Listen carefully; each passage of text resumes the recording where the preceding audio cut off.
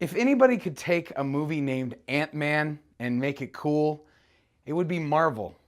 And somehow, it's exactly what they did. When your small energy's compressed, so you have the force of a 200-pound man behind a fist 1/100 of an inch wide, you're like a bullet. You punch too hard, you kill someone, too soft, it's a love tap. In other words, you have to know how to punch. I was in prison for 3 years. I know how to punch. Show me. Terrible. You want to show me how to punch? Show me. That's how you punch. It's a movie that in its very name just seems incredibly cheesy, and lots of folks took one look at the previews and went, I don't know. Well, it turns out there's all sorts of pleasant surprises in Ant-Man, and that's what we're talking about this week on Reviews for the Rest of Us. How is it? Where should you see it? And who should you see it with?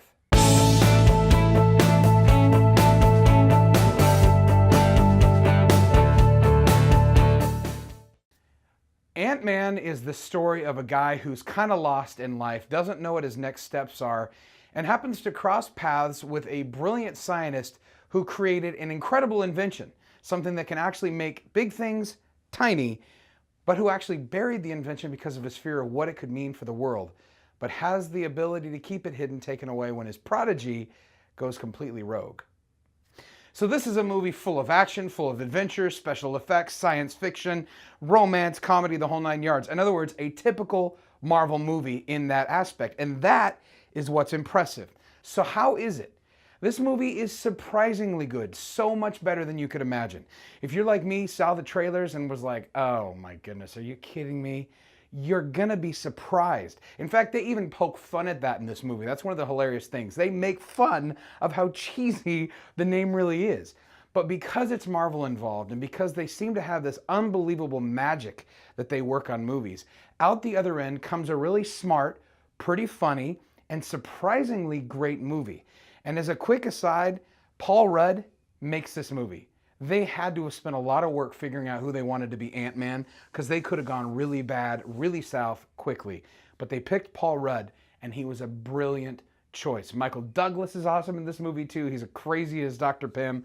Just really great role and all that stuff, and all the other characters involved.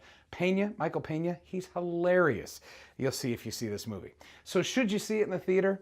Absolutely. This is a special effects movie from almost start to finish. There's some breaks, but there's a lot of really cool special effects. This is an experience at movie, from the sound to the video. Actually got to see it in 3D this week too, and I would strongly recommend it in 3D. It's really cool. And who should you see it with?